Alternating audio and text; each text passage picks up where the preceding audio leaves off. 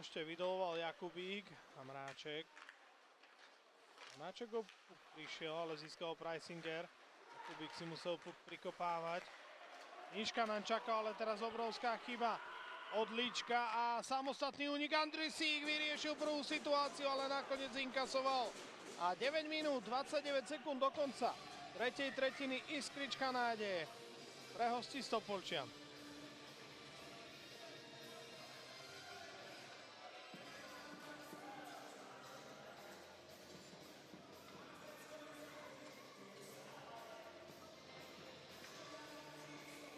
Lukáš Janča v 51. minúte prvým úspešným strelcom. Nuž, poriadne trpezliví museli byť hráči, tréner Višňovský, fanúšikovia Topolčian, ale nakoniec sa prvého gólu v zápase dočkali.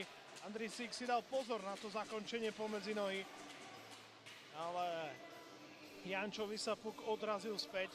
Nuž, Líčka sme chválili za ten gól aj za defenzívnu prácu, ale teraz urobil obrovskú chybu na útočnej modrej.